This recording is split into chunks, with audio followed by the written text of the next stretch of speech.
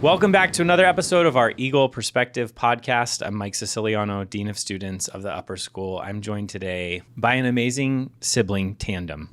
Maybe the greatest brother-sister tandem in the history of Santa Fe Christian. Erin Vandertie, class of 2017. Luke Vandertie, class of 2015. Thank you both for being here.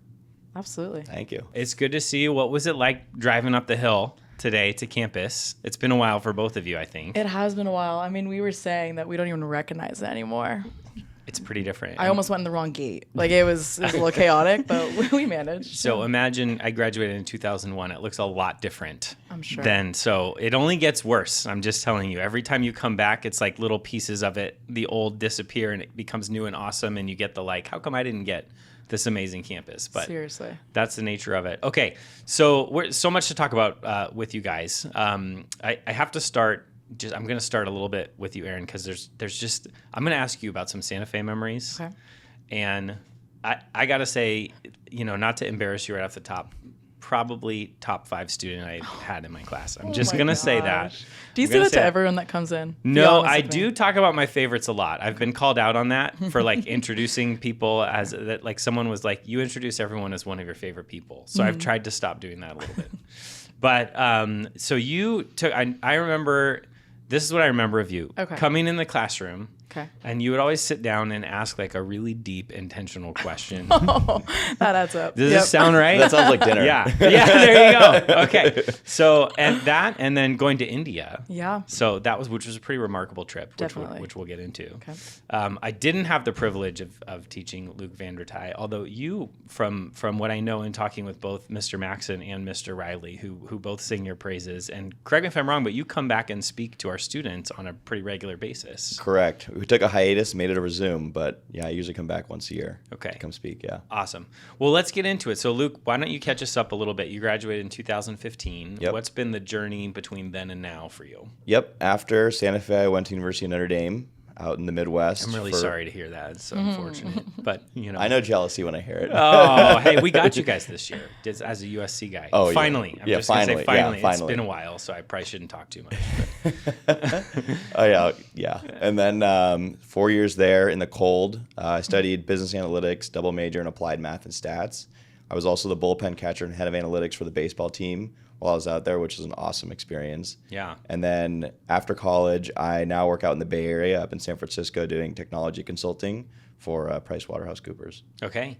And you were saying that you have a big client. Can you tell us who that is? I can't. They'd ask us not to share. Oh, so it's so top secret that you can't even share here with your family about. Not even with my family and friends. Do you have dirt on me?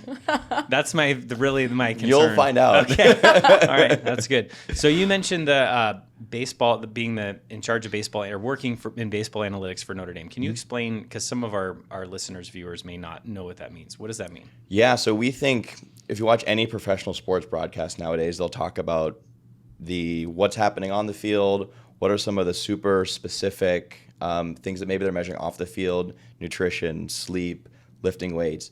They measure pretty much everything nowadays. And so I was already there as a bullpen catcher. The team invested in all this technology, which is spitting out all kinds of data, lots of Excel spreadsheets. And I kind of raised my hand and said, I'm going to do this for a living someday. And I know everyone here, you think I could help out. And that kind of spawned this team. At first it was me and one other student. And then by the time I graduated, we had a team of 20 to 30 people working on analyzing data, awesome. Building scouting reports, helping the players and coaches think about, these are your strong spots, here are your weak spots.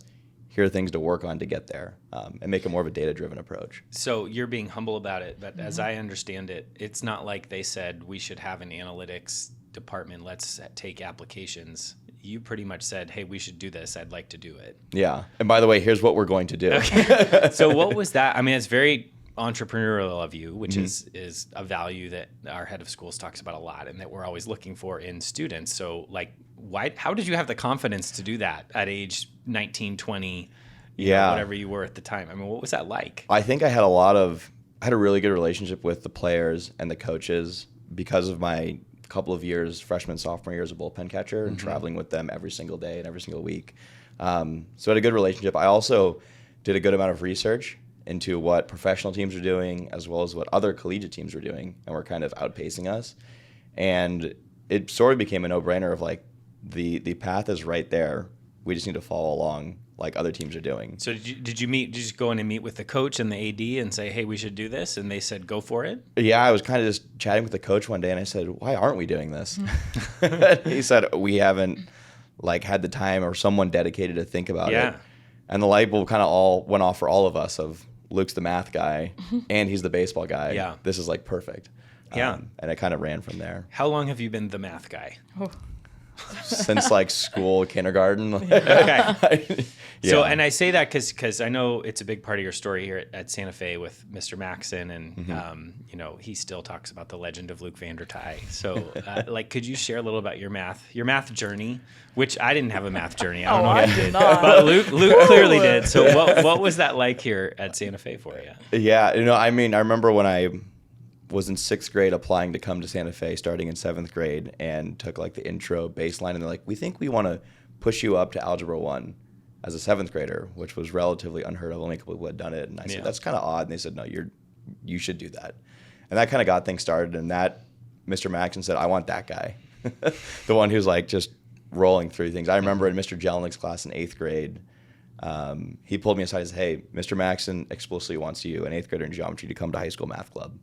So it was 5 years of high school math club for me. And Mr. Max and I got rolling from there all the way through. Back when it was like a really small group. Yeah. We would meet at lunches with like 5 or 6 kids. There's like 40 kids in there now. And now there's like 40. It's not just the high school, it's the middle school and the lower school, which is something I'm super proud of. Yeah, it's awesome. So I kind of, got myself involved and then also helped grow the overall program and team, which was really exciting. Like you mentioned, the number of people, how they're doing. Yeah. I mean, it's all accelerated. Yeah. And then towards the back half of high school, we started reaching out, myself and a couple of other folks. How can we start a lower school program, which is also really exciting and fun to get 4th and 5th graders involved in. So how do I get Mr. Maxon to like tag my 2nd grade student as like, we need this girl in our lower school math club? That's really awesome. So, and we'll talk some more about that.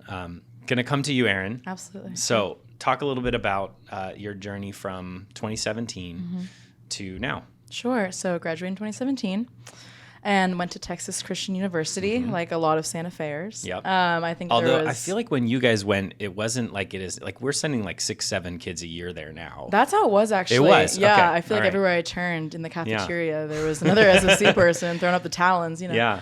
No, so I went to Santa Fe, started nursing actually. I knew I wanted to work with people, but didn't know what that looked like. Luke has always been the math and science guy. I have not been that, but didn't really know what that entailed for nursing. So did that for my first year. Realized it wasn't my jam. So I switched to social work. Actually, I had a great academic advisor who said, why don't we give it a shot? It sounds like that's something you might be interested in. So really a leap of faith, kind of switched and found that it was just exactly for me. Really fascinating stuff. And then I ended up adding political science and Spanish minors. Excellent choice. Absolutely. Those are the deep questions. Maybe that's where it all is leading to. I love it. Absolutely. Someday they'll make you host a podcast. That's just maybe natural evolution. All roads lead to podcast leading. That's right. Yep, absolutely. And then during college was really involved in, honestly, a lot of things that were ASB oriented, which is something I did at Santa Fe. A lot of student led organizations, a lot of first year experience, leadership development type of things. Super involved in my college ministry. So kind of the works in Fort Worth, Texas. And then from there, I knew I wanted to dig in a little deeper into the social work world, but didn't know what that entailed. So applied to grad schools, and that is how I ended up in New York City. Did a 1-year program, Master's of Social Work at Columbia University. And it was kind of this mix of social work and leadership management and nonprofit work, kind of this niche program that the university had. And now I work in the city. I'm doing HR for JP Morgan. So kind of an odd journey, so to speak, but I love what I'm doing, and it's been really good since. Well, and I think you've, since the beginning, had kind of an interest in people, right? And I think you're still in the midst of all the different roles and spots and jobs that are involved in that. But I mean, that's kind of, to me, the through line of, totally. And I guess I wonder how much of that was because of your time at Santa Fe. I mean, you were really involved at Santa Fe with lots of different people. What stands out to you from your time at Santa Fe? I mean, if you're looking back now, you know, a whole 5-6 years later. Sure. What are some things that you would use to describe your time here? Well, I think it's something that could speak to Luke's story as well. I think Santa Fe allows for, the diversity of opportunities and of engagement, in the sense of I could be a varsity athlete at the same time that I was in ASB, at the same time that I was doing the senior musical. We can just jump into a lot of different things, which allowed me to explore and kind of pick and choose what actually resonates, what doesn't, and then kind of what you're saying, finding that through line of, okay, it's people. I think something, kind of a random smaller memory, but it made me think, I saw the string lights that are new. Yeah. And I remember there was a season of ASB that we were doing some worship nights and really getting that going with Mr. Andreu. No, not Mr. Andreu. Coach A. Andriani. Coach A. Yeah. Different A. It's been some time. And we were hanging those string lights like by hand every night for those events. And I think that was really a student-led effort. And I think Santa Fe also allowed for that of, okay, we have this desire, let's just run with it. Yeah. And we had a lot of people just champion us. And now as an adult, it's funny because I think about how many of y'all would stay after school and sacrifice, time with your families or time just relaxing. I live with a third grade teacher now, and I see how important her nights off are. So the fact that y'all really did champion us and allowed us to just run with these ideas was super special. Yeah. And Do either of you have any particular like standout memories from Santa Fe, experiences or things you're a part of that, or funny memories? Those are always good. Embarrassing memories. I mean, Aaron, you must have a bunch of embarrassing memories. Oh my God. Thank you. That's a whole nother podcast, actually. I'm like, how do I don't want to expose too many people too. But I think India and honestly the missions trips, they were, because I went to the Dominican Republic first and then went to India twice, which looking back is truly incredible that y'all brought a bunch of teenagers around the world.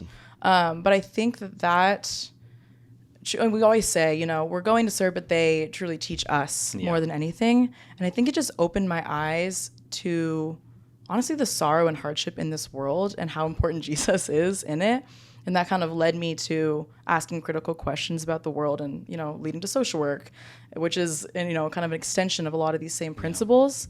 But I also think that there were just some beautiful times.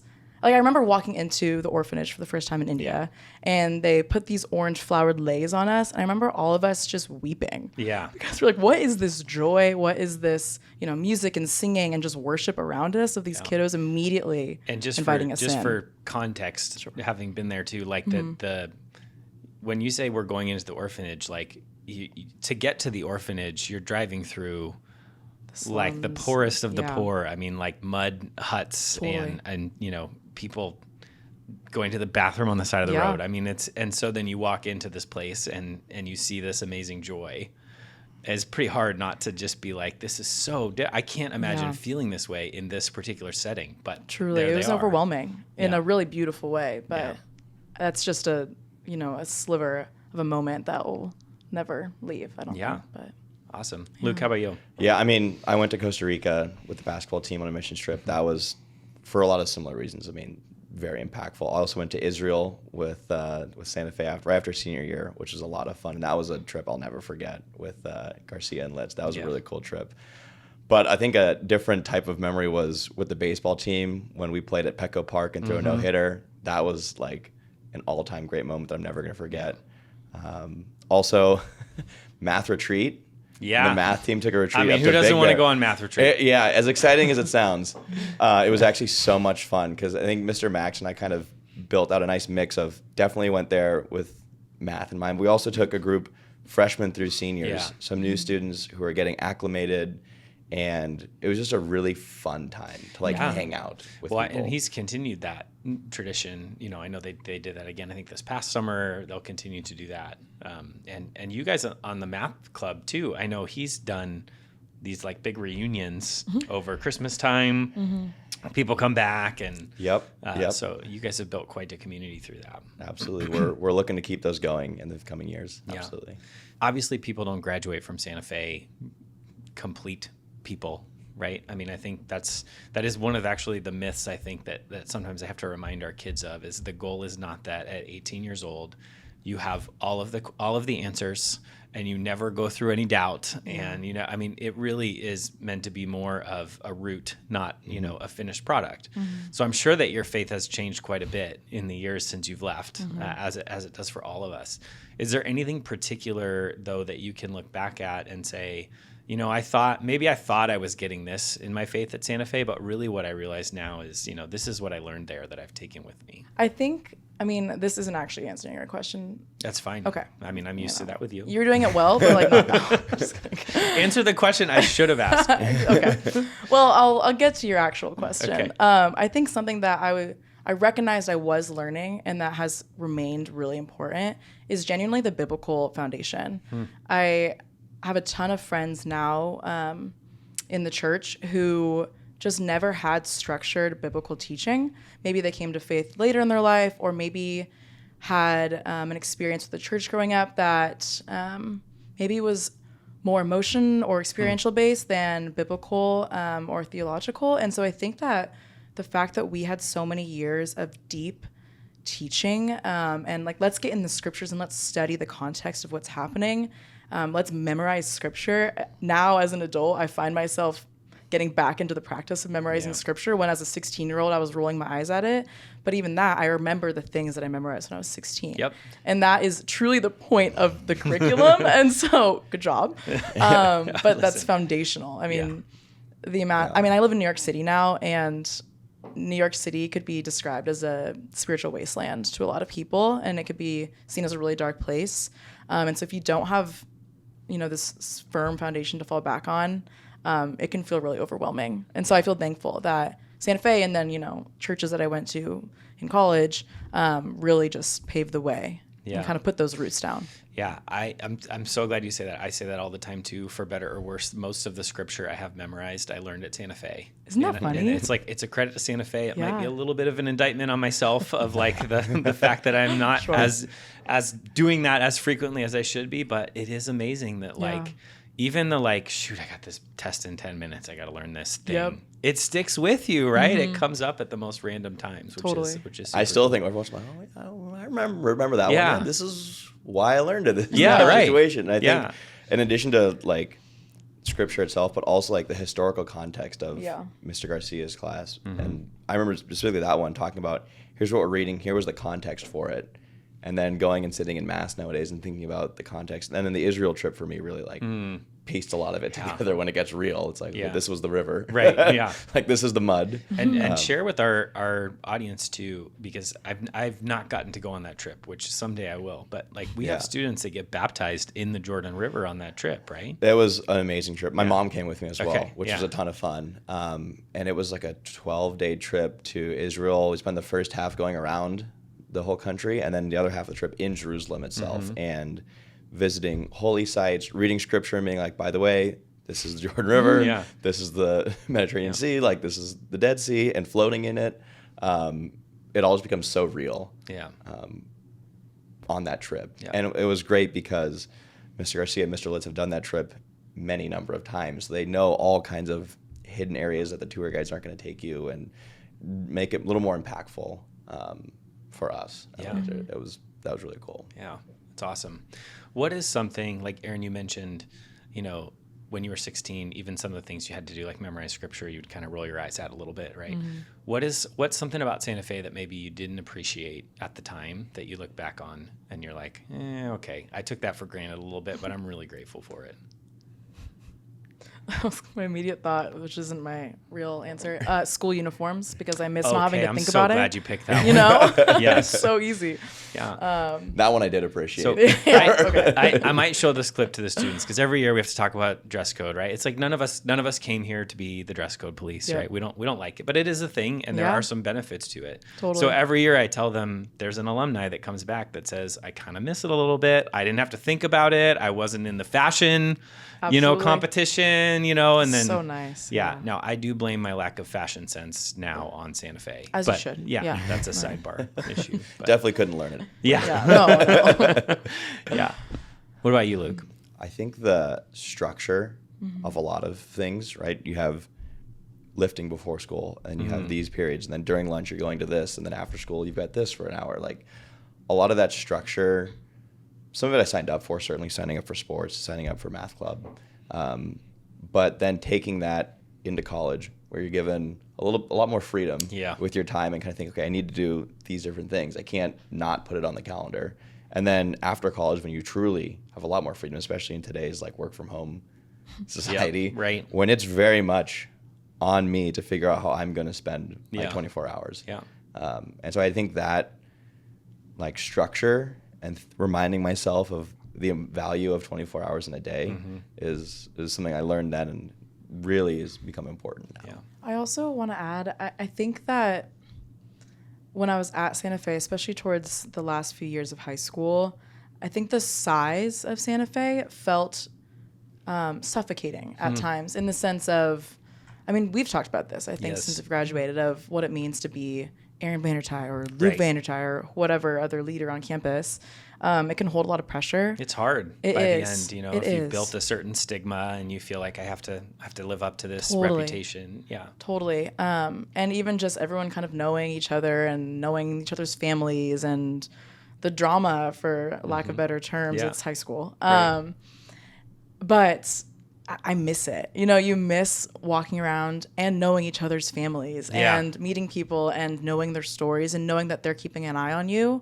And also even they know what you're capable of, and they'll tag you and say, come be involved in this, or know that you're like the go-to person for any number of things. I don't know, just the familiarity of it is both tricky to navigate, but also really sweet and special. It's easy to take for granted the upside of being known. Totally. You know, and what that can bring. I just had a different alum come by this week, back from college, first semester, and asked all the usual questions. And it was, I have good friends, but it's just hard because like they're still so new. You can't get to that level of depth, you know, that you have by the time you graduate in a short period of time, especially with, you know, kids who are here since fourth grade or second grade. I mean, there's a lot of history there for sure. Definitely. Do you still have relationship with a lot of either students or teachers that you had here?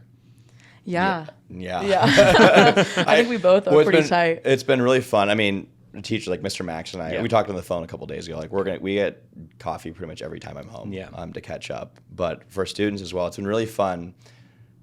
A few folks that I were in high school with now are in San Francisco with me. Right. And so on any given weekend, going to play pickleballs, myself, Kelly Hoffman, class of 2014, Van Kuykendall, class of 2016, Grace Patel, class of 2017, all four of us hang out all the time. Yeah, all, by the way, the big math club people. Who then I follow up, I'm like, oh yeah, we went to high school together. Like, oh, that's so cool. I go, even better, we were all in the math team together.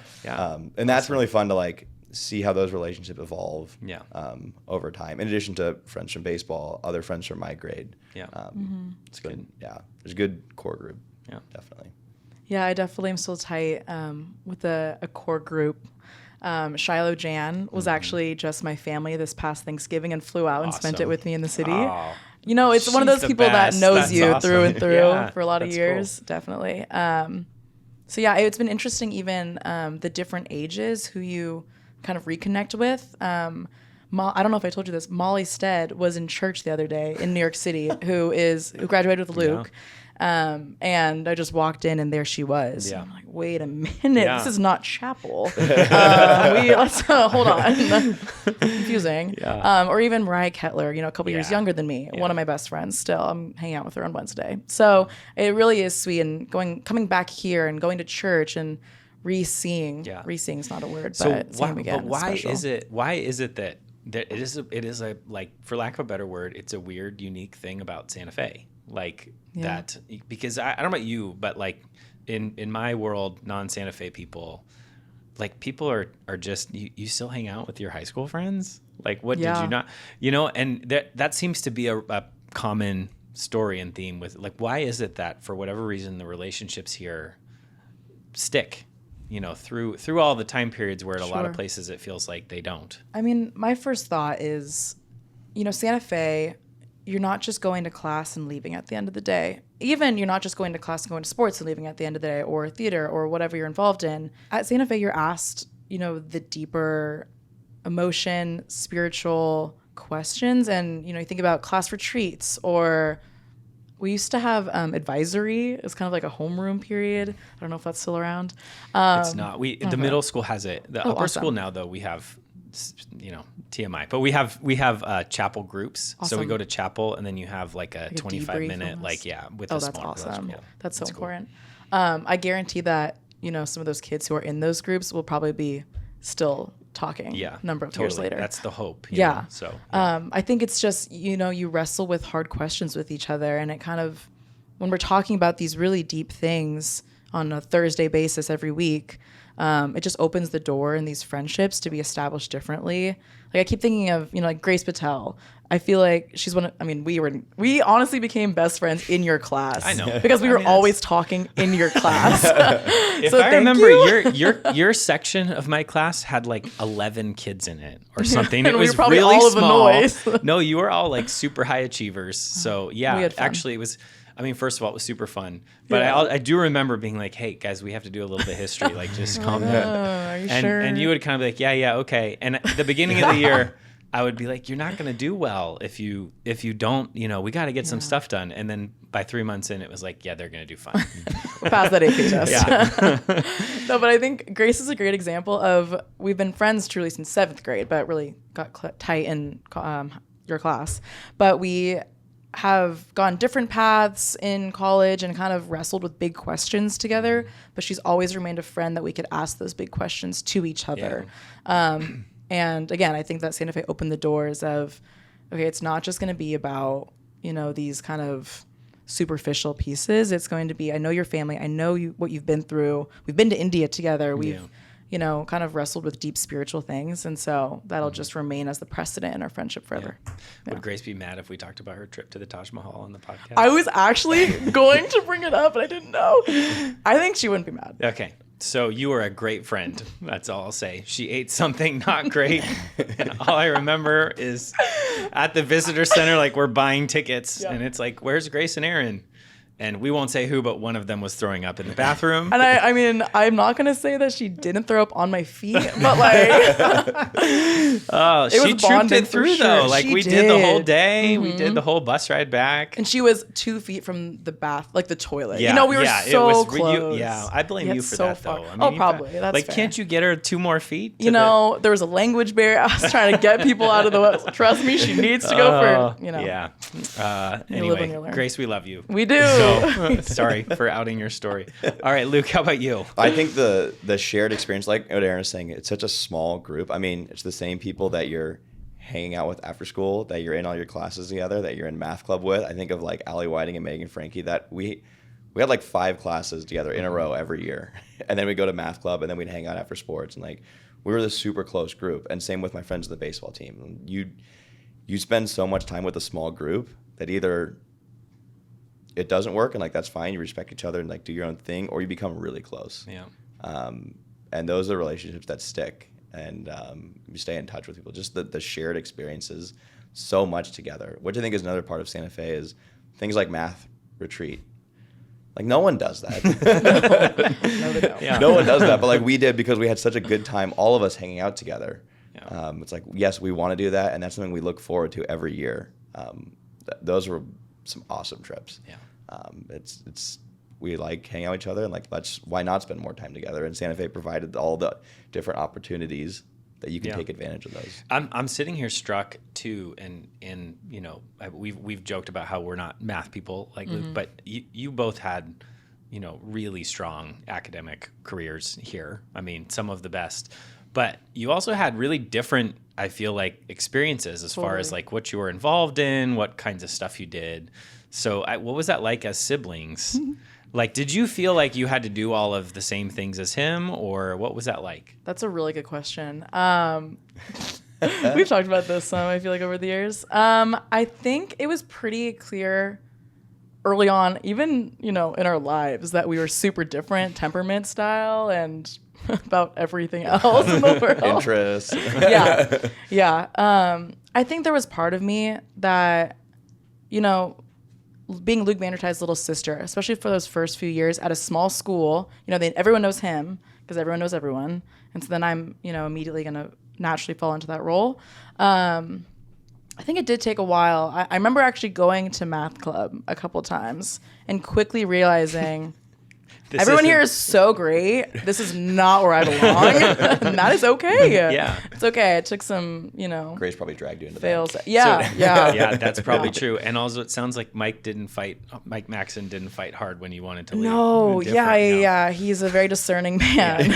He hasn't correct. asked me to be a coach or an adviser on the math club either. You know what? so- We know our strengths. Yeah, And we know our that's weaknesses. right. Yeah. Self-awareness. Yeah. Yeah. Underrated skill.